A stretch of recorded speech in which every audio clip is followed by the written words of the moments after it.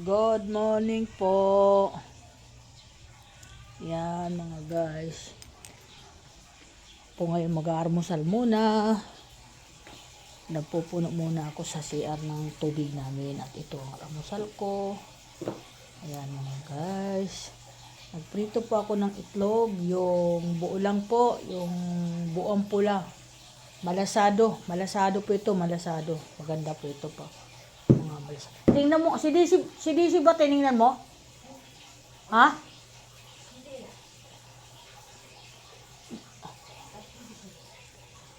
Kasi hindi ko alam kung ano, walang tawag eh.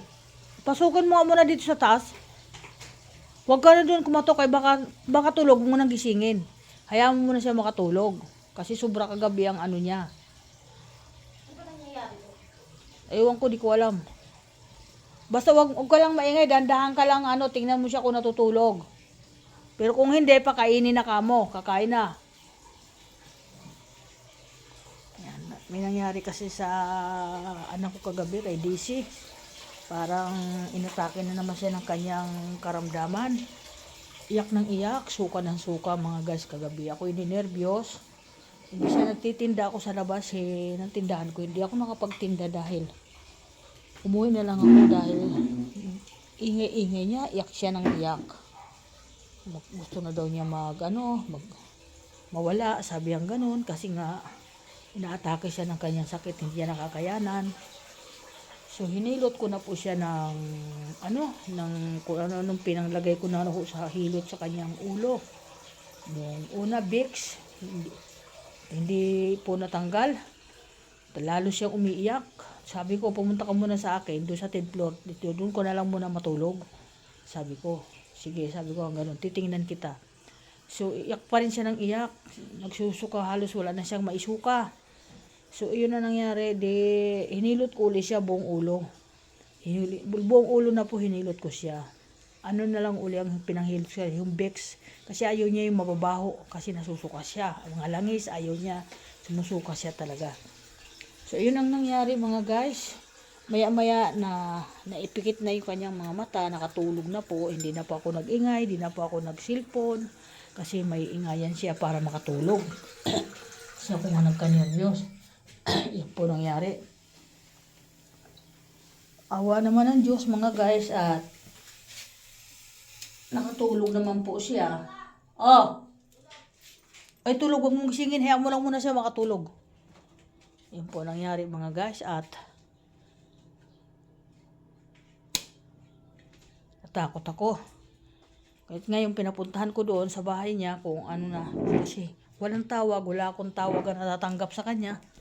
Sabi ko, tingnan mo nga Miriam kung ano ginagawa. Kung gising, pakainin mo na. Kung tulog, huwag mo na muna gisingin. Hayaan mo muna siya makabawi sa tulog. Kasi nanghina yun sa kakasukan niya kagabi. Yun na nangyari. Kagabi lang din ako ninervyos. Doon na nangyari sa kanya. Yan. Kaya ayun, pinabayaan ko muna. Kinuhanan ko na siya ng gatas para paggising magtimpla na siyang gatas. Kung gusto niyang maggatas, taka magtinapay na lang siya. Nagprito ako ng itlog.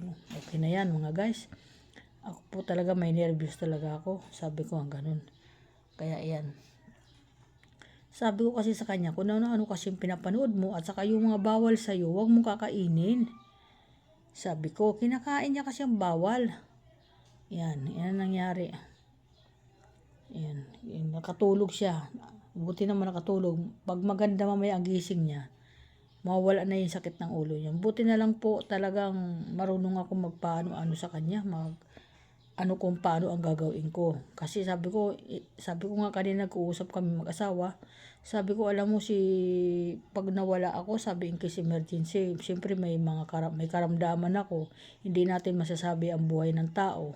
Sabi ko nga ganun. Kawawa talaga yan, pag wala na ako, walang mag-iintindi dyan. Sabi ko nga ganun. Iyan ang sinasabi ko. Kung sino man sa atin dalawa ang mauuna, sabi ko nga ganun.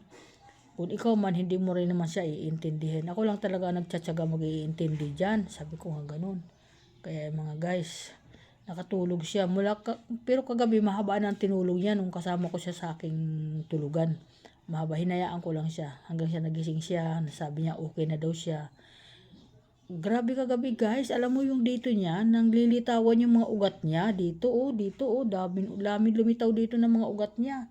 Sabi ko, tas pulang-pula siya. Sabi ko, ano kayo nangyari? Sabi ko, sobra. Sobra at ang sakit ng ulo niya. Nakakatakot ako, baka maputukan ng ugat. Sabi ko nga ganun, yung nangyayari na pumuputok yung ugat pag sobrang masakit ang ulo. Sabi ko, kasi ganyan yung karamdaman niya. Minsan sumusumpong sa kanyang ganun. Kaya nga sabi ko sa asawa ko, huwag mo nang pinagpapansin yan. Sabi ko kasi, alam mo naman, madaling yan, magdamdam, sabi ko nga ganun.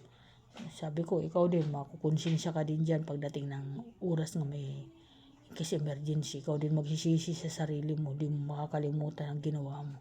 Sabi ko nga, yan nangyari. Okay na. Kain na. Tulog na tulog? Sa upuan? Nakita mo kung humihinga? Oo naman. Hindi, kasi takot ako kagabi. Grabe ang nangyari sa kanya eh. Kaya sabi ko nga, wag nang magsasalita ng mga bagay na hindi na ayon sa mga ganyan kasi madali kasi yan. Ba't ano yun? Bumaba. Saan bumaba? Doon sa kapbahay niya. Di ba nandun yun sa taas? Nagising na siya. Sabi niya, okay na siya. Sabi niya, yun nga.